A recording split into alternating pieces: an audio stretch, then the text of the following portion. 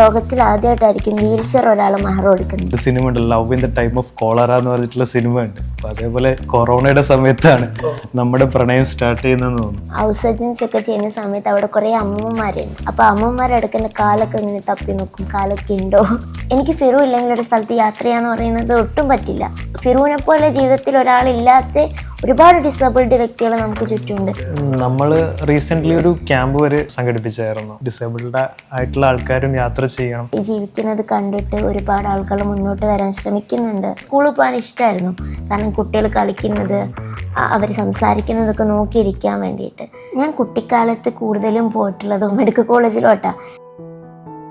Disability ഉണ്ടാവുമ്പം നമ്മളൊരു dream ഉണ്ടെന്ന് പറയുമ്പം കൂടുതൽ ആൾക്കാരും ജഡ്ജ്മെന്റലായിരിക്കും.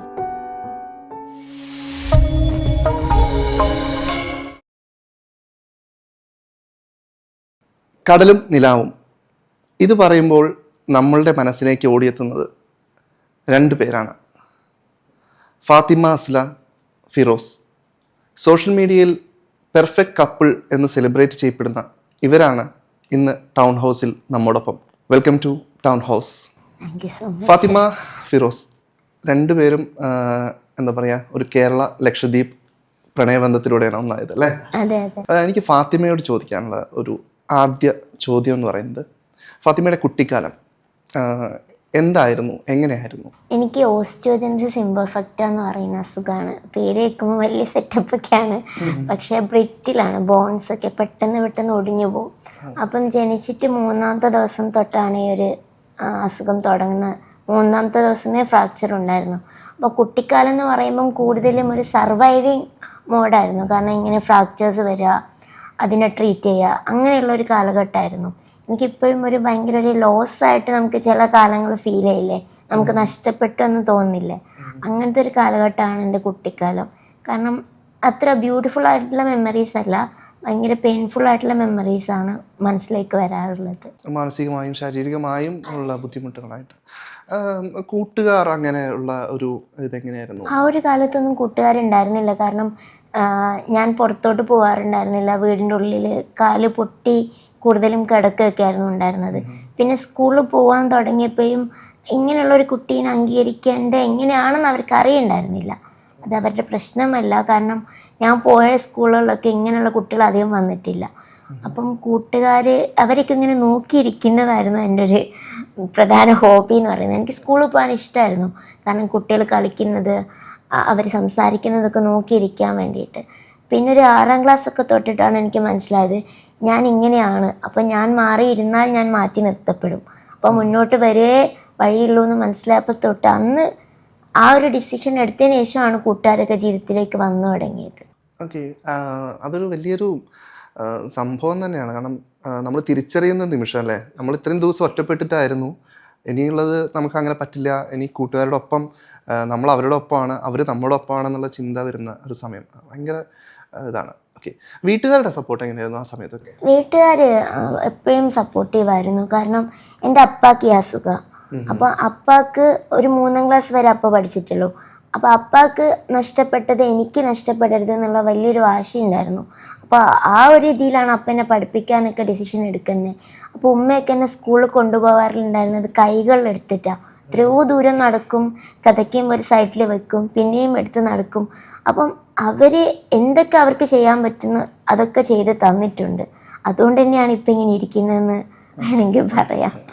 ഫിറോസ് ജീവിതത്തിലേക്ക് വന്നതിന് ശേഷം ഒരുപാട് യാത്രകളൊക്കെ ചെയ്യുന്നുണ്ട് അല്ലേ? ഓക്കെ, നമ്മൾ കുട്ടിക്കാലത്തിലോട്ട് തന്നെ പോവുകയാണെങ്കിൽ ടീച്ചേഴ്സ്, അങ്ങനെ അധ്യാപകരുടെ സപ്പോർട്ട് നമ്മുടെ ജീവിതത്തെ മാറ്റി. ഇപ്പോൾ ഈ ഒരു പ്രൊഫഷനിൽ ഇരിക്കുമ്പോൾ, ഒരു ഡോക്ടർ എന്നുള്ള പ്രൊഫഷനിലോട്ട് വന്നപ്പോൾ ശരിക്കും പറഞ്ഞാൽ ഒരു ബേസ് ഉണ്ടാക്കണമല്ലോ, അത് ടീച്ചേഴ്സിൻ്റെ ഭാഗത്തു നിന്നുള്ള സപ്പോർട്ടൊക്കെ ഉണ്ടായിരുന്നു ആ ഒരു സമയത്ത്? നമ്മൾ ഇങ്ങനെ ആയിരിക്കണം കരിയർ മോൾഡ് ചെയ്യേണ്ടത് എന്നുള്ള ഒരു കരിയർ വൈസ് അതെല്ലാം ഞാൻ എടുത്ത ഡിസിഷനാണ്. കാരണം ഞാൻ അങ്ങനെ എൻ്റെ ഡ്രീംസ് ഒന്നും ആ ഒരു കാലഘട്ടത്തിൽ തുറന്നു പറഞ്ഞതായിട്ട് എനിക്കറിയില്ല. പക്ഷേ ചില അധ്യാപകർ തീർച്ചയായിട്ടും എൻ്റെ കൂടെ നിന്നിട്ടുണ്ട്. ഇപ്പം ഫ്രാക്ചർ വന്ന സമയത്തൊക്കെ സർജറിക്ക് വേണ്ടി എന്നെ കൊണ്ടുപോയ അധ്യാപകരൊക്കെ ജീവിതത്തിലുണ്ടായിട്ടുണ്ട്. പിന്നെ എപ്പോഴും എന്നെ സപ്പോർട്ട് ചെയ്തിട്ടുണ്ട്, ഇല്ലാന്ന് ഉണ്ട്. ഈ ഒരു പ്രൊഫഷൻ തിരഞ്ഞെടുക്കാനുള്ള കാരണം, ഡോക്ടർ എന്ന് പറയുമ്പോൾ വളരെ ബുദ്ധിമുട്ടേറിയ സംഭവമാണ് അല്ലേ? നമ്മളുടെ ശാരീരികമായിട്ടുള്ള ബുദ്ധിമുട്ടുകളെ മറികടന്ന് ധീരമായിട്ട് എനിക്ക് ഇന്ന പ്രൊഫഷൻ വേണമെന്ന് പറയുമ്പോൾ അതൊരു ഭയങ്കര ഒരു സെൽഫ് കോൺഫിഡൻസ് തന്നെയാണ്. അതെങ്ങനെയാണ് അത് അത്രയും എത്തിച്ചത്? ഞാൻ കുട്ടിക്കാലത്ത് കൂടുതലും പോയിട്ടുള്ളത് ഹോസ്പിറ്റൽ മെഡിക്കൽ കോളേജിലോട്ടാണ്. ഞാൻ എപ്പോഴും പറയും എനിക്ക് എൻ്റെ തറവാട് പോലെയാണ് കോഴിക്കോട് മെഡിക്കൽ കോളേജ്. അപ്പോൾ അവിടെ ഇങ്ങനെ നമ്മളന്ന് വരാന്തയിലൊക്കെ കിടക്കുക. അപ്പം ഈ ഡോക്ടേഴ്സ് ദൂരെ നിന്നൊക്കെ വരുന്ന കാണുമ്പോൾ എനിക്ക് ഭയങ്കര ആരാധനയാണ്. അവർ പേഷ്യൻസായിട്ട് ഇൻട്രാക്ട് ചെയ്യുന്നതൊക്കെ കണ്ട് അങ്ങനെയാണ് എനിക്കും ഡോക്ടറാവണം, അല്ലെങ്കിൽ അവർ പേഷ്യൻസിനോട് ട്രീറ്റ് ചെയ്യുന്ന പോലെ എനിക്കും ചെയ്യണം എന്നൊക്കെയുള്ള ആഗ്രഹം വന്നു തുടങ്ങിയത്. എന്നോടൊപ്പം വളർന്നൊരു സ്വപ്നമാണ് അത്. ഞാൻ വളരും തോറും അതിൻ്റെ ഇൻറ്റൻസിറ്റി ഇങ്ങനെ കൂടിക്കൂടി വന്നു. പിന്നെ അത് എളുപ്പമായിരുന്നില്ല. കാരണം നമ്മൾ ഡിസബിലിറ്റി ഉണ്ടാവുമ്പം നമ്മളൊരു ഡ്രീം ഉണ്ടെന്ന് പറയുമ്പം കൂടുതൽ ആൾക്കാരും ജഡ്ജ്മെൻ്റലായിരിക്കും, പറ്റില്ല എന്ന് പറയാനായിരിക്കും. അതവർ മനഃപൂർവ്വമാണോ എന്നറിയില്ല, പക്ഷെ അങ്ങനെ ഒരു ടെൻഡൻസി സൊസൈറ്റിക്കുണ്ട്. ഇപ്പം അതിൽ മാറ്റം വരുന്നുണ്ട്, പക്ഷെ ഉണ്ടായിരുന്നു. അപ്പം ഞാൻ പറഞ്ഞപ്പോഴും ഇങ്ങനെ തന്നെയാണ്, പറ്റില്ല, എന്തിനാണ് ഇങ്ങനെ റിസ്ക് എടുക്കുന്നത്, എളുപ്പമുള്ളത് എന്തെങ്കിലും പഠിച്ചുകൂടെ എന്നുള്ള ക്വസ്റ്റ്യൻസൊക്കെ വന്നിട്ടുണ്ട്. പക്ഷെ എന്നെ സംബന്ധിച്ചിടത്തോളം അതാണ് എന്നെ ഡിഫൈൻ ചെയ്യുന്നത്. നമ്മളെ ഡ്രീംസ് നമ്മളെ ഡിഫൈൻ ചെയ്യുന്നു പറയില്ലേ. അപ്പം ഡോക്ടർ എന്നുള്ള സാധനം ആ ഒരു സ്വപ്നമാണ്, അത്രയും എനിക്ക് ഇമ്പോർട്ടൻ്റ് ആയിരുന്നു അത്. അപ്പോൾ വിട്ടുകൊടുക്കാൻ ഞാൻ തയ്യാറല്ലായിരുന്നു.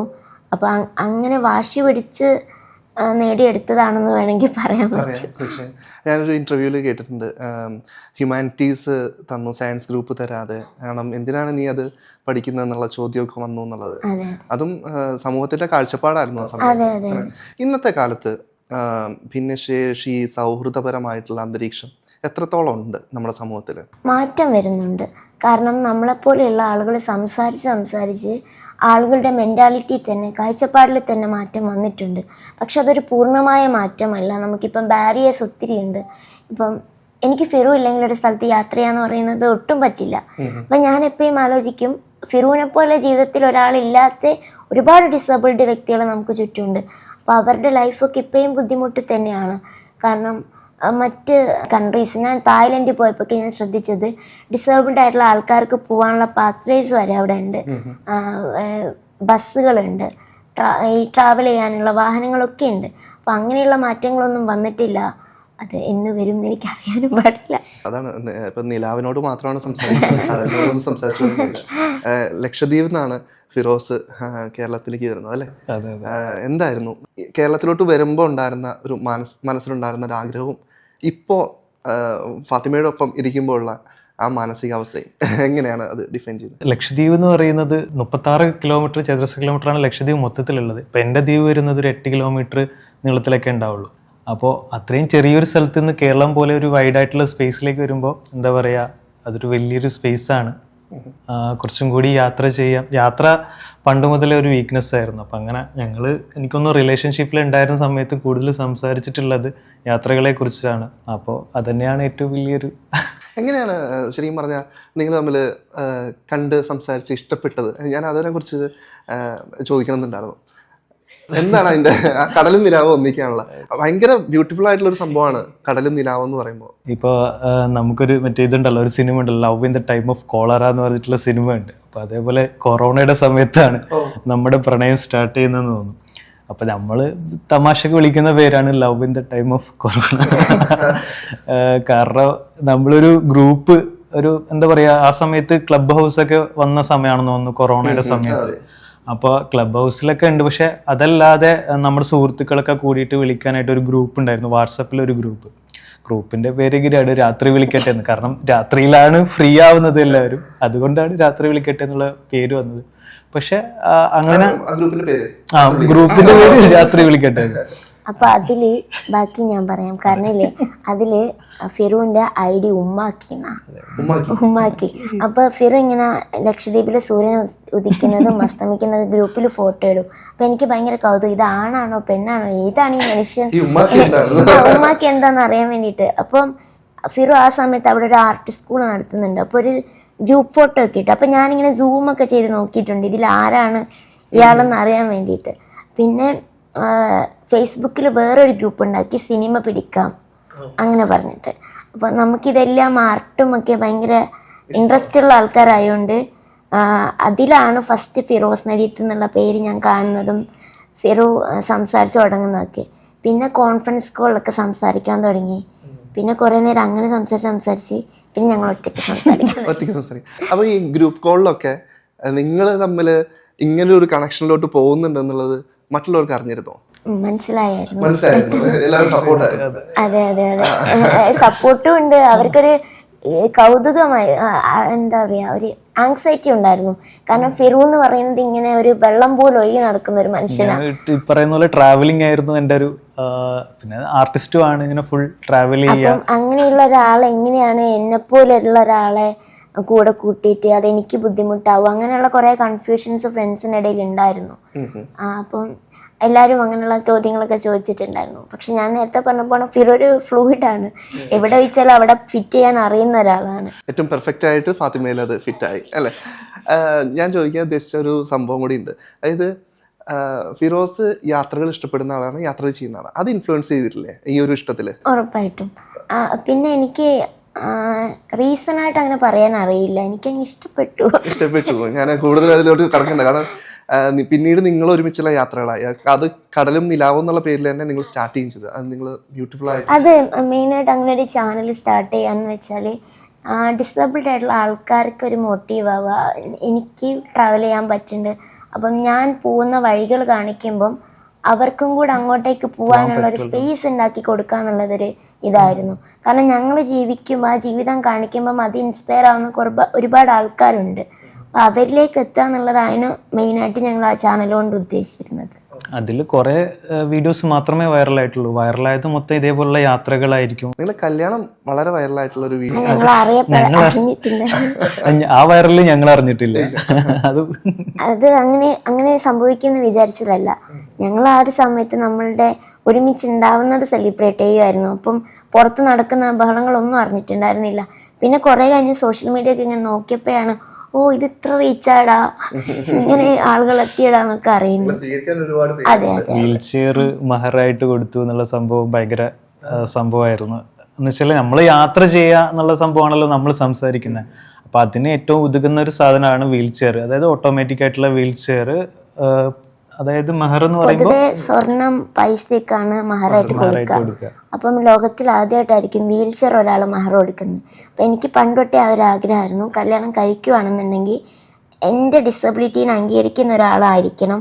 അപ്പോൾ വീൽ ചെയർ എന്ന് പറഞ്ഞാൽ അത് അതിനെ അംഗീകരിക്കുന്നത് പോലെ എന്നെ അംഗീകരിച്ച് എനിക്ക് കംഫർട്ടബിൾ ആയിട്ടുള്ള ഒരു സാധനം ഗിഫ്റ്റ് ചെയ്യുന്ന ഒരാളായിരിക്കണം എന്നൊക്കെ എനിക്ക് ആഗ്രഹമുണ്ടായി. അപ്പം അത് പിന്നെ ഞങ്ങൾക്ക് ട്രാവൽ ചെയ്യാനും എളുപ്പമാണ്. വീൽ ചെയർ ഇങ്ങനെ ട്രാവലിംഗ് ഫ്രണ്ട്ലി ആയിട്ടുള്ള വീൽ ചെയർ ഒക്കെ ആയിരുന്നു. അപ്പം അതൊക്കെ സെലിബ്രേറ്റ് ചെയ്തിട്ടുണ്ട്.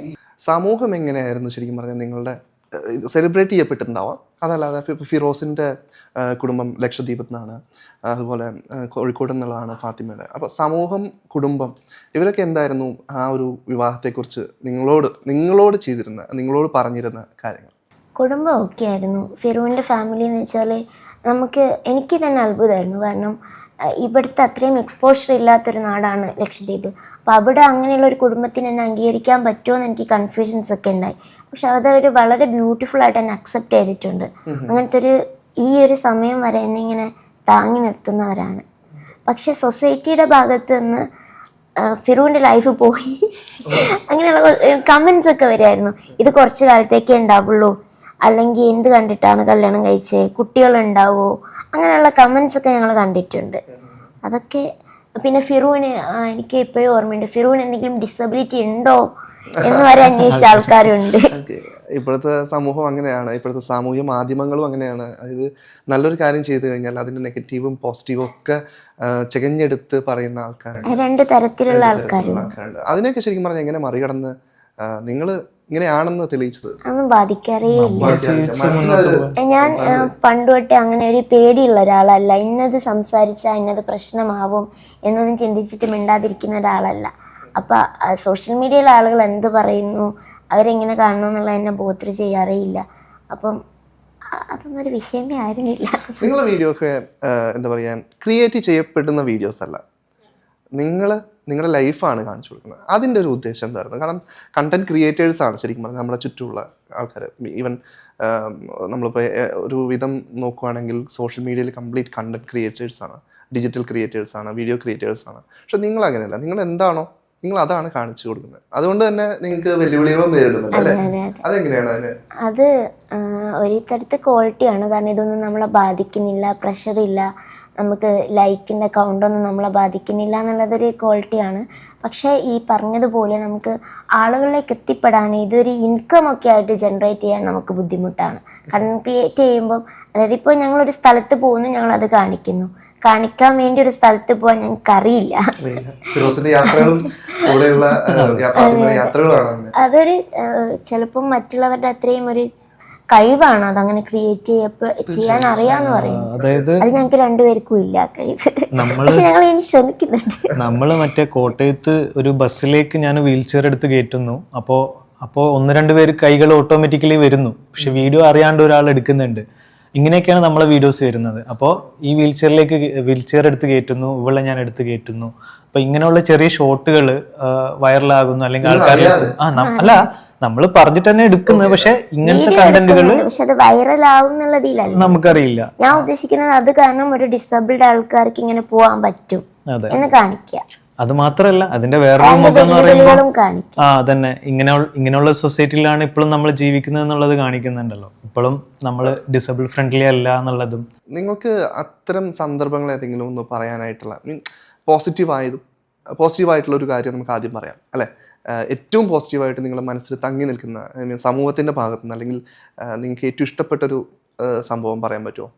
പെട്ടെന്ന് ചോദിച്ചു കഴിഞ്ഞാൽ ഒന്നാമത്തെ കാര്യം, ആളുകൾ അപ്രോച്ച് ചെയ്യുന്നത് ഭയങ്കര രസമാണ്. കാരണം ഞാൻ അങ്ങനെയൊന്നും എക്സ്പീരിയൻസ് ചെയ്ത ഒരാളല്ല. പണ്ട് ഞാൻ പുറത്തൊക്കെ പോകുമ്പം ഈ വയ്യാത്ത കുട്ടി എങ്ങനെയാ ജീവിക്കുക, പെൺകുട്ടിയായി പോയില്ലേ, ആൺകുട്ടിയാണെങ്കിൽ പിന്നെയും കല്യാണത്തിനുള്ള ഓപ്ഷനൊക്കെ ഉണ്ടായിരുന്നു, ഈ കുട്ടിയുടെ ലൈഫ് എങ്ങനെയാവും എന്നൊക്കെയുള്ളൊരു സിമ്പതിയായിരുന്നു കൂടുതൽ എനിക്ക് കിട്ടിക്കൊണ്ടിരുന്നത്. പക്ഷെ ഇപ്പം ആളുകൾ കാണുന്നു, മിണ്ടുന്നു, അവരുടെ സന്തോഷം അറിയിക്കുന്നു, അല്ലെങ്കിൽ ഇങ്ങനെ കണ്ടിട്ടുണ്ട്, വാർത്തയിൽ കണ്ടിട്ടുണ്ട്, യൂട്യൂബ് കണ്ടിട്ടുണ്ട്. അതൊക്കെ ഒരു വലിയ മാറ്റമാണ്. അതാണ് ഏറ്റവും ഞാൻ ഇതിനെ കൊണ്ട് പോസിറ്റീവായിട്ട് കാണുന്നത്. പിന്നെ എനിക്ക് ഒരുപാട് ഡിസേബിൾഡ് ആൾക്കാർ മെസ്സേജ് അയക്കാറുണ്ട്. അതായത് പാത്തുവിന് പറ്റെങ്കിൽ എന്തുകൊണ്ട് ഞങ്ങൾക്ക് പറ്റില്ല. ബോഡി കോൺഷ്യസ് ഒക്കെ ആയിട്ടിരിക്കുന്ന ആൾക്കാരുണ്ട്. എൻ്റെ കാലിങ്ങനെ ആയിപ്പോയി, അല്ലെങ്കിൽ എനിക്ക് ഇങ്ങനെ ഒരു ഡിസബിലിറ്റി ഉണ്ട്, അപ്പോൾ പുറത്തോട്ട് ഞാൻ ഇറങ്ങിയ ആളുകൾ എങ്ങനെ കാണും എന്നൊക്കെ ചിന്തിക്കുന്ന ആൾക്കാരുണ്ട്. അപ്പം അവർക്കൊക്കെ ഇത് ഇത്രയേ ആൾക്കാർ പറയുള്ളൂ എന്ന് കാണിക്കാൻ ഞാനൊരു കാരണമായിട്ടുണ്ട്. അതൊക്കെ എനിക്കൊരു വലിയ അച്ചീവ്മെന്റ് ആണ്. മറ്റുള്ളവരല്ല നമ്മുടെ ജീവിതം തീരുമാനിക്കുന്നത്, നമ്മളാണ് തീരുമാനിക്കേണ്ടത് എന്നുള്ളൊരു മെസ്സേജാണ് ശരിക്കും പറഞ്ഞാൽ കൊടുക്കുന്നത്. ഒരു സോഷ്യൽ മീഡിയ ഇൻഫ്ലുവൻസർ എന്നുള്ള രീതിയിൽ ഇപ്പോൾ ഫിറോസ് ആണെങ്കിലും ഫാത്തിമയാണെങ്കിലും ഒരു ഡോക്ടറും കൂടിയാണ്. അപ്പോൾ നിങ്ങൾക്ക് എന്തൊക്കെ മെസ്സേജ് കൊടുക്കാൻ പറ്റും? അതായത് ഒരു ഡോക്ടർ എന്നുള്ള രീതിയിൽ ഒരുപാട് പേര് കൺസൾട്ടേഷന് വരുമ്പോൾ ചിലപ്പോൾ ചിലർ വന്ന് നോക്കുമ്പോൾ ഇങ്ങനൊരു ഫീല് വന്നിട്ടുണ്ടോ? ഉണ്ട്. ഞാൻ ഹൗസ് സർജൻസ് ഒക്കെ ചെയ്യുന്ന സമയത്ത് അവിടെ കുറേ അമ്മമാരുണ്ട്. അപ്പോൾ അമ്മമാരെടുക്ക് എൻ്റെ കാലൊക്കെ ഇങ്ങനെ തപ്പി നോക്കും, കാലൊക്കെ ഉണ്ടോ. അതല്ലെങ്കിൽ അത് ഒരു പോസിറ്റീവ് ആയിട്ട് ഞാൻ കാണുന്നത് എങ്ങനെയാണെന്ന് വെച്ചാൽ അവർക്ക് അവരുടെ പ്രശ്നം ഒക്കെ തുറന്ന് പറയാൻ എളുപ്പമാണ്. കാരണം അവർക്ക് എന്നെപ്പോലെ സഫർ ചെയ്യുന്ന ഒരാളാണ് എന്നെ കേട്ടിരിക്കുന്നതെന്ന് തോന്നുമ്പം അവർ കൂടുതൽ എൻ്റെ അടുത്ത് കാര്യങ്ങളൊക്കെ ഷെയറൊക്കെ ചെയ്യുമായിരുന്നു. അങ്ങനെയൊക്കെ ഉണ്ടായിട്ടുണ്ട്.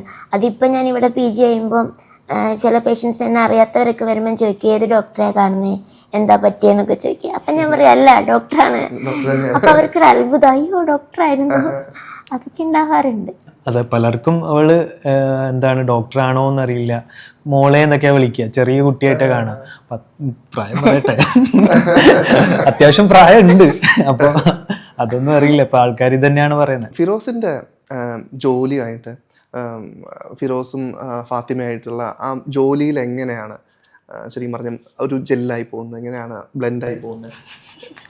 ആർട്ട് വർക്കാണ് അത്, ആർട്ട് ഡയറക്ഷൻ ആണ് മെയിനായിട്ട് ചെയ്യുന്നത്. ആർട്ടിസ്റ്റ് ആയിരുന്നു. അപ്പോൾ ഫ്രീലാൻസ് വർക്ക് എന്ന് പറയുന്നത്, അല്ലെങ്കിൽ എനിക്കിപ്പോൾ ഏതെങ്കിലും ഒരു ഫേമിൽ കയറിയിട്ട് ജോലി ചെയ്യാം. പക്ഷെ ഞങ്ങൾ തമ്മിലുള്ള ഒരു ഒരു കെമിസ്ട്രി, അല്ലെങ്കിൽ നമ്മളെ ലൈഫ് കൂടുതൽ മുന്നോട്ട് പോകണമെന്നുണ്ടെങ്കിൽ കൂടുതലായിട്ടും ഞാനിവിടെ വേണമെന്നുള്ളൊരു ഐഡിയ ഉണ്ടായിരുന്നു. അപ്പോൾ എന്തുകൊണ്ടും ഒരു സ്ഥിര ജോബിനേക്കാളും എനിക്കൊന്ന് ഫ്രീലാൻസ് ആയിരിക്കും നല്ലത് എന്നുള്ളത് അങ്ങനെ ഇപ്പൊ പൊക്കോട്ടിരിക്കുന്നത്. ഒരു തരത്തിൽ പറഞ്ഞാൽ കുറച്ചുകൂടി വരുമാന മാർഗം കൂടുതലും ഫ്രീലാൻസിലാണ് എന്ന് പറയാം അല്ലെ?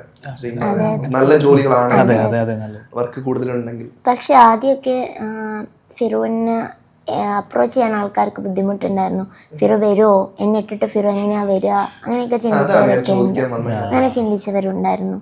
പക്ഷെ എനിക്ക് ഫിറു അടുത്തുണ്ടാകുന്നതാണ് എപ്പോഴും കംഫർട്ടബിളും ഇഷ്ടവും. എനിക്കിഷ്ടമൊന്നുമില്ല ഇവൻ ദൂരേക്ക് പോകുന്നു. പക്ഷെ അങ്ങനെ വർക്ക് വന്നാൽ എന്നെ സപ്പോർട്ട് ചെയ്യാൻ ഫാമിലിയൊക്കെ ഉണ്ട്. ഫിറു പോകുമ്പം ഒന്നെങ്കിൽ ഫിറുവിൻ്റെ വീട്ടിൽ നിന്ന് ആരെങ്കിലും വരും, അല്ലെങ്കിൽ എൻ്റെ വീട്ടിൽ നിന്ന് ആരെങ്കിലും വരും. ഇപ്പം ഞാൻ ഒറ്റയ്ക്ക് നിൽക്കാനും എനിക്ക് പറ്റും. അങ്ങനെയുള്ള ഒരു സ്പേസ് ഫിറു എത്തിച്ചിട്ടുണ്ട്. ഒരു കോൺഫിഡൻസ് അത് ബിൽഡ് ചെയ്യാന്നുള്ളത് തന്നെയാണ്. ഇപ്പൊ എന്റെ വർക്കാണെങ്കിൽ ചിലപ്പോൾ ഒരു മാസത്തേക്കൊക്കെ എനിക്ക് പോകേണ്ടി വരും. അപ്പൊ അങ്ങനെ ആ ഒരു സമയത്ത് ചിലപ്പോൾ ഫാമിലിക്കും വന്നിട്ട് പോകേണ്ടി വരും, അവർക്കും കുറച്ച് നാളെ നിൽക്കാൻ പറ്റുന്നുണ്ടാവുള്ളൂ. ഇയാളങ്ങനെ ഫേമിലൊന്നും ഇരുന്ന് വർക്ക് ചെയ്യാൻ പറ്റുന്ന കാര്യമൊന്നുമല്ല. അങ്ങനെ ഒരു സ്ഥലത്ത് ഇരുന്നൊരു സാധനം ചെയ്യാനൊന്നും എനിക്ക് തോന്നുന്നില്ല. ആൾക്ക് ഫ്രീലാൻസ് ആണ് കൂടുതൽ ഇഷ്ടവും കംഫർട്ടബിളും എന്ന് എനിക്ക് ഫീൽ ചെയ്തിട്ടുണ്ട്. സുഹൃത്തുക്കളൊക്കെ സുഹൃത്തുക്കൾ ഒരുപാട് എന്നെക്കാട്ടിലും സൗഹൃദ വലയുള്ള ആള് ഫിറു ആയിരിക്കും. ഇപ്പൊ എന്റെ സുഹൃത്തുക്കൾ മൊത്തം അവള് കൊണ്ടുകൊണ്ടിരിക്കുകയാണ്. അത് അവൻ ഇടക്ക് പറയും, നീ ആദ്യം എന്റെ വീട്ടുകാരെ വളച്ചു, ഇപ്പൊ എന്റെ കൂട്ടുകാരെ നീ കൊണ്ടുപോയി എന്നൊക്കെ പറയും. ഫിറോന് ഒത്തിരി പല തലങ്ങളിൽ നിൽക്കുന്ന സൗഹൃദങ്ങളൊക്കെ ഉണ്ട്. എനിക്ക് വെച്ചാല് ഞാൻ കുറച്ചും കൂടെ കംഫർട്ടബിൾ ആയിട്ടുള്ള സ്പേസുകളിൽ മാത്രം കൂടുതൽ കാലം നിൽക്കുന്ന ഒരാളാണ്. അല്ലാതെ ഫ്രണ്ട്ഷിപ്പൊക്കെ ഉണ്ടാവും. അങ്ങനെ ഫ്രണ്ട്ഷിപ്പ് എന്നിങ്ങനെ താങ്ങി നിർത്തിയ സുഹൃത്തുക്കളുണ്ട്, അവരൊക്കെ ഇപ്പോഴും കൂടെ ഉണ്ട്. അതല്ലാതെ ഇപ്പം അങ്ങനെ കംഫർട്ടബിൾ അല്ലാത്ത സ്പേസുകൾ അങ്ങനെ നിൽക്കാറില്ല. പറ്റില്ലെങ്കിൽ അങ്ങ് ഇറങ്ങി പോകുന്ന അത് പഠിച്ചു, ജീവിതം അത് പഠിപ്പിച്ചു. നമ്മള് എക്സ്പീരിയൻസ് ആണല്ലോ, നമ്മുടെ എക്സ്പീരിയൻസ്. ഇപ്പോൾ അത്രയും കുട്ടിയായിരുന്നപ്പോൾ ആ തിരിച്ചറിഞ്ഞ ആ ഒരു സമയം അവിടെ നിന്ന് പിന്നീട് ഒരിക്കലും തിരിഞ്ഞു പോകേണ്ടി വന്നിട്ടില്ല എന്നുള്ളതാണ് ഞാൻ മനസ്സിലാക്കുന്നത്, അല്ലേ? എല്ലാം എനിക്ക് ചെയ്യാൻ പറ്റും എന്നുള്ള രീതിയിൽ തന്നെ പോയിട്ടുണ്ട്. അത്തരമൊരു കാഴ്ചപ്പാടുന്ന് കേരളത്തിൽ എന്തൊക്കെ മാറ്റങ്ങൾ വരണം ശരിക്കും പറഞ്ഞാൽ? സമൂഹത്തിൻ്റെ ആണെങ്കിലും അതെ, നമ്മുടെ എന്താ പറയുക, നമ്മുടെ പരിസ്ഥിതി സൗഹൃദമായിട്ടുള്ള അല്ലെങ്കിൽ ഭിന്നശേഷി സൗഹൃദമായിട്ടുള്ള അന്തരീക്ഷം എങ്ങനെ സൃഷ്ടിക്കപ്പെടണം എന്നാണ് ഒരു കാഴ്ചപ്പാട്. ഞാനിവിടെ കൂടുതൽ ഉപയോഗിച്ചിട്ടുള്ളത് വേർഡ് ഡിസബിലിറ്റി എന്നാണ്. ഞാൻ ഡിഫറെൻ്റ്ലി ഏബിൾഡ് ഒന്നും ഉപയോഗിച്ചതായിട്ട് നിങ്ങൾ കണ്ടില്ലല്ലോ. അപ്പം ഞാൻ വിചാരിക്കുന്നത് എനിക്ക് നടക്കാൻ പറ്റില്ല എന്നുള്ളത് ഡിസബിലിറ്റിയാണ്. അതിനെ നമ്മളിങ്ങനെ റൊമാൻറ്റിസൈസ് ചെയ്തിട്ടൊന്നും കാര്യമില്ല. ദൈവത്തിൻ്റെ കുഞ്ഞെന്ന് പറഞ്ഞിട്ടൊന്നും കാര്യമില്ല. അതൊരു റിയാലിറ്റിയാണ്. അപ്പം അതിനെ ഞാൻ അക്സെപ്റ്റ് ചെയ്തതുപോലെ തന്നെ സമൂഹം അക്സെപ്റ്റ് ചെയ്യണം. അങ്ങനെ എനിക്കിവിടെ ജീവിക്കാൻ വേണ്ട കാര്യങ്ങൾ ഇവിടെ ഉണ്ടായിരിക്കണം. കാരണം സൊസൈറ്റി എന്ന് പറയുന്നത് ഒരാൾക്ക് വേണ്ടി മാത്രം ഡിസൈൻ ചെയ്ത സാധനമല്ല. പക്ഷെ ഇപ്പം കൂടുതൽ നമ്മൾ കാണുന്നത് നോൺ ഡിസേബിൾഡ് ആയിട്ടുള്ള ആൾക്കാർക്ക് വേണ്ടി മാത്രം ഡിസൈൻ ചെയ്യപ്പെട്ടതാണ്. അപ്പം അതിലാണ് ആദ്യം മാറ്റം വരേണ്ടത്. കാഴ്ചപ്പാടുകളിലും മാറ്റം വരുമ്പോഴാണ് അതിൽ മാറ്റം വരിക. ഇപ്പം നമ്മളൊരു വീടുണ്ടാക്കുന്നു, അപ്പം സ്റ്റെപ്പ് വെക്കുമ്പോൾ അവിടെ ഒരു സൈഡിലൊരു റാമ്പ് കൂടെ വെക്കുന്നു. എന്താ, എനിക്ക് ഭാവിയിലൊരു ഡിസേബിൾഡ് സുഹൃത്തുണ്ടെങ്കിൽ അവർക്ക് എളുപ്പമായിട്ട് വന്നു പോവാം എന്ന് ഓരോ മനുഷ്യനും ചിന്തിക്കുവാണെങ്കിൽ അത് കുറച്ചും കൂടെ മാറ്റം വരും. അപ്പം ഞാൻ പറയുന്ന മാറ്റവും ഇതാണ്. അതായത് ഒരാളെ ഡിപ്പെൻഡ് ചെയ്യാതെ എനിക്ക് ജീവിക്കാൻ പറ്റുന്ന കാര്യങ്ങൾ ഇവിടെ ഉണ്ടാവണം. അതൊരു ഔദാര്യമല്ല, അതെൻ്റെ റൈറ്റാണ്. അത് എന്നെപ്പോലുള്ള ആളുകൾക്ക് അത് അവകാശമാണ്. അപ്പം അത് ഉണ്ടായിരിക്കണം എന്നാണ് നമ്മളും പറയുന്നത്.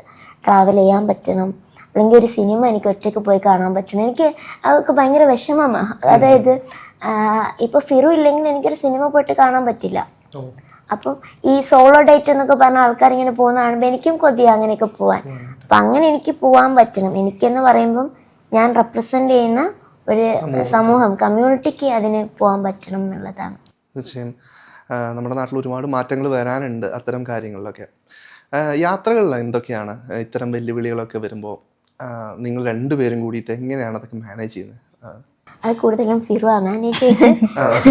കാരണം ഫിസിക്കലി കാരണം ഞാൻ പറയുകയാണെങ്കിൽ എനിക്ക് യാത്ര ചെയ്യാൻ ഇഷ്ടമാണ്. പക്ഷെ എനിക്കും പലപ്പോഴും അയ്യോ ഞാൻ അങ്ങനെ പോയി കഴിഞ്ഞാൽ ടോയ്ലറ്റ് അല്ലെങ്കിൽ ഇന്ന യാത്ര ചെയ്യണം, ബസ്, മഴ, അങ്ങനെ അന്തരീക്ഷം ആണെങ്കിലും ഒക്കെ നമ്മൾ പ്രിഫർ ചെയ്യും. ഇന്നത് വേണം, നമുക്ക് നല്ലത് വേണം എന്നാണല്ലോ എപ്പോഴും ചിന്തിക്കുക.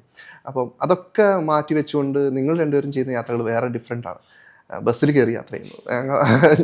അപ്പോൾ അതൊക്കെ എങ്ങനെയാണ് മാനേജ് ചെയ്യുന്നത്? എനിക്ക് ഏറ്റവും ഇതെന്ന് വെച്ചാൽ നമ്മൾ തായ്ലാൻഡിലോട്ട് പോയി. തായ്ലാൻഡിലോട്ട് ഇവിടെ ഒരു പരിപാടിയായിട്ട് നമ്മൾ പോവുകയാണ്. പക്ഷെ നമുക്ക് വീൽ ചെയറിൽ ഈ ഇതുണ്ടല്ലോ, എന്താ പറയുക, ബാറ്ററി കൊണ്ടുപോകാൻ പറ്റത്തില്ല. അപ്പോൾ വീൽ ചെയർ ഉരുട്ടിക്കൊണ്ട് നടക്കണം. അപ്പം ഞാൻ വിചാരിച്ചു അവിടെ പോയിട്ട് ഭയങ്കര പണിയായിരിക്കും, വീൽ ചെയർ ഉരുട്ടി എടുക്കണം, ഭയങ്കര കഷ്ടപ്പാടായിരിക്കും. പക്ഷെ നമ്മളവിടെ പോയി ചെന്നപ്പോൾ നമുക്ക് മനസ്സിലായെന്ന് വെച്ചാൽ അത്രയും വീൽ ചെയർ അല്ലെങ്കിൽ ഡിസേബിൾ ഫ്രണ്ട്ലി ആയിട്ടുള്ള ഒരു സ്ഥലം. അവരാദ്യം റോഡുകളാണ് ഡിസേബിൾ ഫ്രണ്ട്ലി ആക്കിയിട്ടുള്ളത്. കാരണം റോഡിലൂടെ ഭയങ്കര സ്ലോപ്പുകളാണ്. നമ്മൾ നടക്കാനുള്ള സ്ഥലത്ത് നിന്ന് റോഡിലേക്കുള്ള സ്ലോപ്പുകൾ, സീബ്ര ലൈനിലൂടെ ക്രോസ് ചെയ്യുമ്പോൾ വണ്ടികൾ വന്ന് നിന്ന് തരുന്നു. നമ്മൾ പോയി കഴിഞ്ഞതിന് ശേഷം അവർ തലകുനിച്ച് കാണിക്കുന്നു. അതെന്ന് വെച്ചാൽ അത്രയും വിനയത്തോടെ അത്രയും റെസ്പെക്റ്റോടു കൂടിയും റോഡിനെ കാണുന്നു, ഗതാഗതത്തെ കാണുന്നു. അപ്പോൾ അതാണ് ഞാൻ പറഞ്ഞത്, നമ്മൾ വിചാരിക്കുന്നതല്ല നമ്മുടെ യാത്രയുടെ റിസൾട്ട് എന്ന് പറയുന്നത്, അതിൻ്റെ അപ്പുറം ആയിരിക്കാം അപ്പോൾ നമുക്ക് കിട്ടുന്നത്. അപ്പം അവിടുത്തെ മനുഷ്യരും അങ്ങനെയാണ്. അതാണ് പിന്നെ ഇവിടെ ഉണ്ടാവുന്ന എല്ലാ ബാരിയേഴ്സും ഫിറു ആണ് കേട്ടോ. എടുത്തോണ്ട് സ്റ്റെപ്പ് കാണുമ്പോൾ അവൻ എടുത്തോണ്ട് പോകുന്നു. ഇപ്പം വീൽ ചെയർ പൊക്കി വെക്കേണ്ടടുത്ത് പൊക്കി വെക്കുന്നു. അത് ഫിറുവിന്റെ മാത്രം. എനിക്ക് തോന്നുന്നു ഈ പല നിയമങ്ങളും ഇതിന്, അതായത് ഇപ്പം വീട് അല്ലെങ്കിൽ ഇപ്പൊ ഷോപ്പ് സാങ്ഷൻ ആവണമെന്നുണ്ടെങ്കിൽ റാമ്പ് വേണം എന്നുള്ളത് നിർബന്ധം. അതെന്തൊരു ആക്ട് അല്ലേ, എന്താണ് PWD? അതില് നിർബന്ധമാണ്. പക്ഷെ അത് നിർബന്ധമാക്കാൻ വേണ്ടിയിട്ട് പല രീതിയിൽ ഇവർ സ്ലോപ്പ് ഉണ്ടാക്കി വെക്കും. പല റെസ്റ്റോറൻറ്റിൽ പോകുമ്പോഴത്തേക്ക് അതൊരു സൈഡിൽ ഇങ്ങനെ അടഞ്ഞു മൂടി കിടക്കും. അവിടെ കൊണ്ടുവന്ന് വണ്ടി പാർക്ക് ചെയ്തേക്കുമായിരിക്കും, അല്ലെങ്കിൽ അവിടെ അവരുടെ വേസ്റ്റ് ഡംപ് ചെയ്തിട്ടുണ്ടാവും. ഇത് യൂസ് ചെയ്യാൻ പറ്റുന്നുണ്ടാവില്ല. നമ്മളിവിടെ കൊണ്ടുപോയി വീൽചെയർ വേറെ സ്ഥലത്ത് വെച്ചിട്ട് എടുത്തോണ്ട് പോകേണ്ടി വരും. അപ്പൊ അങ്ങനെയുള്ള അനുഭവങ്ങൾ ഉണ്ടാവുന്നുണ്ട്. ഇത് അവർ കാണുന്നുണ്ടോ ഇല്ലയോ എന്നുള്ളതാണ് നമ്മൾ ജീവിതം കൊണ്ട് നമ്മൾ പറഞ്ഞു വെക്കുന്നത്. നിങ്ങൾക്ക് ഏറ്റവും, ഞാൻ നിങ്ങളെ കണ്ടിട്ടുള്ള വീഡിയോസിലാണെങ്കിലും എന്തിലാണെങ്കിലും ഈ ചിരിച്ച മുഖത്തോട് കൂടിയിട്ടല്ലാതെ നമ്മൾ കണ്ടിട്ടില്ല. എന്നാലും നിങ്ങൾക്ക് ഓക്കെ എന്താ ഇങ്ങനെ പറ്റിയ എന്ന് തോന്നുന്ന ഒരു നിമിഷം നിങ്ങളുടെ യാത്രകളിലോ നിങ്ങളുടെ അതല്ല സമൂഹത്തിൽ നിന്ന് നിങ്ങൾക്ക് ലഭിച്ചിട്ടുണ്ടോ? അങ്ങനത്തെ എന്തെങ്കിലും സന്ദർഭം ഉണ്ടോ? എനിക്ക് ഞാൻ പറയാറുണ്ട്, അങ്ങനെ ഒരു ഭയങ്കരമായിട്ടുള്ള പോസിറ്റിവിറ്റി എന്നെ സൊസൈറ്റി ചാർത്തി തന്നതാണ്. അതായത് ഞാൻ സാധാരണ ഒരു വുമണാണ്. അതായത് എനിക്ക് സങ്കടം വരും, ഞാൻ പെട്ടെന്ന് റിയാക്ട് ചെയ്യും, ദേഷ്യപ്പെടുന്നൊക്കെ ഒരാളാണ്. അപ്പം സെൽഫ് ഡൗട്ട് ഉണ്ടായിരുന്ന സമയം ഉണ്ടായിട്ടുണ്ട്. അത് ഇപ്പോഴും ഇടയ്ക്കൊക്കെ എന്താണ് ഇങ്ങനെ ആയിപ്പോയി എന്ന് തോന്നുന്നതിനൊക്കെ അപ്പുറത്തേക്ക് ചില സമയത്തൊക്കെ വിഷമം വരും. അത് സാധാരണയാണല്ലോ, മനുഷ്യ സഹജമാണ്. അതൊക്കെ എനിക്ക് സെൽഫ് ഡൗട്ടൊക്കെ വരാറുണ്ട്. പക്ഷെ അവിടെ ഫിറുവിന് അങ്ങനെ ഒരു ഡൗട്ടില്ല എന്നുള്ളതാണ്. അതായത് ഫിറു നീ എന്തുകൊണ്ട് ഇങ്ങനെ ആയിപ്പോയി, അല്ലെങ്കിൽ അങ്ങനെ ഫിറുവിൻ്റെ ഭാഗത്ത് നിന്ന് എനിക്കൊന്ന് ഒരു സംശയം പോലും എനിക്കിതുവരെ തോന്നിയിട്ടില്ല ഫിറു അങ്ങനെ ചിന്തിക്കുന്നുണ്ടോ എന്നുള്ള. അപ്പോൾ അത് ഫിറുവിൻ്റെ ഒരു ക്വാളിറ്റിയാണ്. ഫിറു എന്നെ മൊത്തമായിട്ട് അങ്ങ് അംഗീകരിച്ചു. എനിക്ക് അംഗീകരിക്കാൻ പറ്റാത്ത പോയിന്റുകൾ പോലും ഫിറു അംഗീകരിച്ചിട്ടുണ്ട്. യാത്ര ചെയ്യുമ്പോഴൊക്കെ ഇപ്പം നമ്മൾ ടോയ്ലറ്റുകളൊക്കെ ഇങ്ങനെ സെർച്ച് ചെയ്ത് നടക്കണം. ഈ പെട്രോൾ പമ്പുകളിലൊക്കെ പോകുമ്പോഴേ ഏത് ടോയ്ലറ്റാണ് യൂറോപ്യൻ, ഞാൻ ഡിസേബിൾ ഫ്രണ്ട്ലി അല്ല അവിടെ നോക്കുന്നത്, അറ്റ്ലീസ്റ്റ് യൂറോപ്യൻ ടോയ്ലറ്റുകൾ എങ്കിലും ഉണ്ടോ എന്നൊക്കെ ഇങ്ങനെ സെർച്ച് ചെയ്തൊക്കെ നടക്കണം. അതൊക്കെ ഇപ്പോഴും ഉണ്ട്. അങ്ങനത്തെ ഒരു സൗഹൃദപരമായിട്ടുള്ള രീതിയിലോട്ട് നമ്മൾ ഇനി മാറാനുണ്ട്. നമ്മൾ കേരളത്തിന്റെ പല സ്ഥലത്ത് പോയപ്പോൾ അപ്പൊ നമ്മൾ വിചാരിക്കുന്ന ഒരു മലബാർ ഏരിയയിൽ അല്ലെങ്കിൽ വേറൊരു സ്ഥലത്തേക്കൊക്കെ പോകുമ്പോഴത്തേക്ക് അവിടെയൊക്കെ ഇപ്പോഴും പഴയ ടോയ്ലറ്റുകളുള്ള സ്ഥലങ്ങളുണ്ട്. ഈ പെട്രോൾ പമ്പ് ആയിക്കോട്ടെ, ഹോട്ടലുകളായിക്കോട്ടെ, ഇപ്പോഴും പഴയ ഇന്ത്യൻ ക്ലോസറ്റുകൾ അതൊക്കെ മാറി പുതിയ ഈ പറയുന്ന പോലെയുള്ള ടോയ്ലറ്റുകൾ വരികയാണെങ്കിൽ സാധ്യത തന്നെ ഡിസേബിൾ ഫ്രണ്ട്ലി കൂടി ആവണം എന്നുള്ളതാണ് അല്ലേ? ശരിക്കും നമ്മൾ മാറ്റങ്ങൾ കൊണ്ടുവരേണ്ടത് നമ്മൾ തന്നെയാണ്. ഇപ്പം നേരത്തെ പറഞ്ഞ പോലെ എനിക്കൊരു സുഹൃത്തുണ്ട്. സോ എൻ്റെ വീട്ടിലേക്ക് അവൻ വരുമ്പോൾ അവനൊരു ബുദ്ധിമുട്ടുണ്ടാവരുതെന്ന് ഞാൻ ചിന്തിക്കുന്നിടത്താണ് വരില്ല എന്നുള്ള തോന്നലാണ് പലർക്കും. ഈ പറയുന്ന പോലെ ഈ ഷോപ്പിൽ ഇപ്പൊ ഈ റാമ്പ് ഉണ്ടാക്കി വെച്ചിട്ട് അത് പറയുന്ന പോലെ അടഞ്ഞു കിടക്കുന്നു. അപ്പൊ അവിടെ ഇവരെ പോലുള്ള ആൾക്കാർ വരില്ല എന്നുള്ള അതെ അത് ശ്രദ്ധിക്കുന്നില്ല. അപ്പൊ ഞാനിങ്ങനെ പറയുമ്പോഴേ ഞാൻ എല്ലായിടത്തും പോകുമ്പോൾ സംസാരിക്കും. അപ്പം ഞാനൊരു പരാതിക്കുട്ടിയായിട്ട് ചിലപ്പോൾ ആൾക്കാർക്ക് തോന്നും. പക്ഷെ ഞാൻ വിചാരിക്കുന്നത് ഞാനത് സംസാരിച്ചില്ലെങ്കിൽ വേറെ ആരാ സംസാരിക്കുക? ആരും സംസാരിക്കാൻ പോലും തയ്യാറാവില്ല. ഇപ്പം ഞാനത് സംസാരിച്ചു, ഞാനൊരു പോസ്റ്റ് ചെയ്തിടുമ്പം വേറൊരു കുട്ടിക്ക് ഇതേപോലെ എക്സ്പീരിയൻസ് ഉണ്ടാകുമ്പം അവരും എഴുതിയിടും. അപ്പം അങ്ങനെ സംസാരിച്ചാണ് ഇതിൽ മാറ്റം വരേണ്ടതെന്നാണ് ഞാൻ വിശ്വസിക്കുന്നത്. അതുകൊണ്ടാണ് എപ്പോഴും ഡിസബിലിറ്റീൻ്റെ കാര്യങ്ങളൊക്കെ ഇങ്ങനെ പറഞ്ഞുകൊണ്ടിരിക്കുന്നത്. അതിനർത്ഥം നമ്മൾ ഇവിടെയുള്ള നല്ലത് കാണുന്നില്ല എന്നോ അല്ലെങ്കിൽ നമ്മൾ ഗ്രേറ്റ്ഫുൾ അല്ലാന്നോ അല്ല. അത് നമ്മൾ കാണുന്നുണ്ട്, അതിനെ അപ്രിഷ്യേറ്റ് ചെയ്യുന്നുണ്ട്, അതിന് ഗ്രേറ്റ്ഫുള്ളും ആണ്. പക്ഷെ അതോടൊപ്പം ഇങ്ങനെയുള്ള കാര്യങ്ങളും കൂടെ സംസാരിച്ച് പോവേണ്ടതുണ്ട് എന്നാണ് തോന്നുന്നത്. ഇത്തരം സന്ദർഭങ്ങളിൽ സ്വാധീനിച്ച ഘടകങ്ങളാണോ എഴുതിയ പുസ്തകങ്ങളിലെല്ലാം വന്നിട്ടുള്ളത്? നിലാവ് പോലെ ചിരിക്കുന്ന പെൺകുട്ടി ആത്മകഥയാണ്. അതായത് ഞാൻ വന്ന വഴികൾ, ഞാൻ കണ്ട മനുഷ്യർ, എക്സ്പീരിയൻസ് ഒക്കെയാണ് അതിൽ പറഞ്ഞേക്കുന്നത്. കടൽ കാണാത്ത പെണ്ണുങ്ങൾ കവിതകളാണ്. അപ്പം എനിക്ക് ഒരു വിഷമം ഉണ്ടാകുമ്പം അത് എഴുതി കഴിയുമ്പോൾ ഞാൻ റിലീഫാവും. അപ്പം അങ്ങനെ എഴുതിയ പോയംസാണ്. അത് പോയംസ് ആണോ എന്താണോ എന്ന് വിളിക്കാൻ എനിക്കിപ്പോഴും അറിയില്ല. അത് വായിക്കുന്നവരാണ് ഡിസൈഡ് ചെയ്യേണ്ടത്. പക്ഷെ എന്നെ സംബന്ധിച്ചിടത്തോളം അത് ഞാൻ കണ്ട പെണ്ണുങ്ങൾ, എനിക്കുണ്ടായ അനുഭവങ്ങൾ, അതൊക്കെ തന്നെയാണ് കവിതകളായിട്ട് എഴുതിയേക്കുന്നത്. ഒരു ഇത് ചോദിക്കുകയാണെങ്കിൽ ഫാത്തിമയ്ക്കും ഫിറോസിനൊക്കെ വരുന്ന കോളുകൾ ഒരുപാട് പേര് വിളിക്കുന്നുണ്ടാവും. ഐ മീൻ ഇതുപോലെ തന്നെ സ്പെഷ്യലി ഏബിൾഡ് ആയിട്ടുള്ള കുട്ടികൾ അല്ലെങ്കിൽ വലിയ ആൾക്കാരൊക്കെ വിളിക്കുന്നുണ്ടാവും. അപ്പോൾ അവർക്ക് കേൾക്കാൻ, അതായത് അവർ പറയുന്നത് കേൾക്കാൻ പലരും ചിലപ്പോൾ അവർക്ക് അങ്ങനെ ഒരു ആളുണ്ടാവില്ല. അപ്പോൾ അത് കേൾക്കാൻ തയ്യാറായിരിക്കുന്ന ഒരാൾ എന്നുള്ള രീതിയിൽ എപ്പോഴെങ്കിലും തോന്നിയിട്ടുണ്ടോ? ഉറപ്പായിട്ടും ഞാൻ അത് അവൈലബിൾ ആവാൻ ഞാൻ ശ്രമിക്കാറുണ്ട്. പിന്നെ എൻ്റെ ഒരു ഇതെന്ന് പറഞ്ഞാൽ, ഞാൻ ഒരാളെ ഒരു തവണ വിളിച്ചിട്ട് കുറച്ച് കഴിയുമ്പോൾ ഞാനത് മറന്നു പോകും. അപ്പോൾ തിരിച്ച് വിളിച്ചില്ലെങ്കിൽ ഞാൻ അവരെ മനഃപൂർവ്വം വിളിക്കാതിരിക്കുന്നൊന്നായിരിക്കില്ല. അപ്പം അങ്ങനെ പരാതിയൊക്കെ ചില സമയത്തൊക്കെ പറയാറുണ്ട്, പാത്തു തിരിച്ച് വിളിച്ചില്ലല്ലോ. അപ്പം പറ്റുന്നത് പോലെയൊക്കെ ഞാൻ അത് കേൾക്കാനും അവരുടെ കൂടെ ഇരിക്കാനൊക്കെ ശ്രമിക്കാറുണ്ട്. അത് എത്രത്തോളം എനിക്ക് പറ്റുന്നു എന്നുള്ളതൊരു ചോദ്യമാണ്. മറ്റുള്ളവരെ എങ്ങനെ സ്വാധീനിക്കാൻ കഴിയുന്നു നമ്മുടെ ജീവിതം കൊണ്ട് എന്ന് ചോദിച്ചാൽ എങ്ങനെ ഉത്തരം പറയാൻ പറ്റും? എനിക്ക് തോന്നുന്നത്, ഞാൻ ജീവിക്കുന്നത് കണ്ടിട്ട് ഒരുപാട് ആളുകൾ മുന്നോട്ട് വരാൻ ശ്രമിക്കുന്നുണ്ട്. അത് ഞാൻ അറിയുന്നുണ്ട്. അത് ഞാൻ എന്ന് മാത്രമല്ല കേട്ടോ, ഇപ്പം വേറെയും ഒരുപാട് ഡിസേബിൾഡ് ആയിട്ടുള്ള ഇൻഫ്ലുവൻസേഴ്സ് ഉണ്ട്. അപ്പോൾ അവരൊക്കെ ചെയ്യുന്നത് കണ്ടിട്ട് ഒരുപാട് ആൾക്കാർ മുന്നോട്ട് വരുന്നുണ്ട്. പരസ്പരം കണക്ട് ചെയ്യാറുണ്ടോ ഇങ്ങനത്തെ ആൾക്കാരായിട്ട്?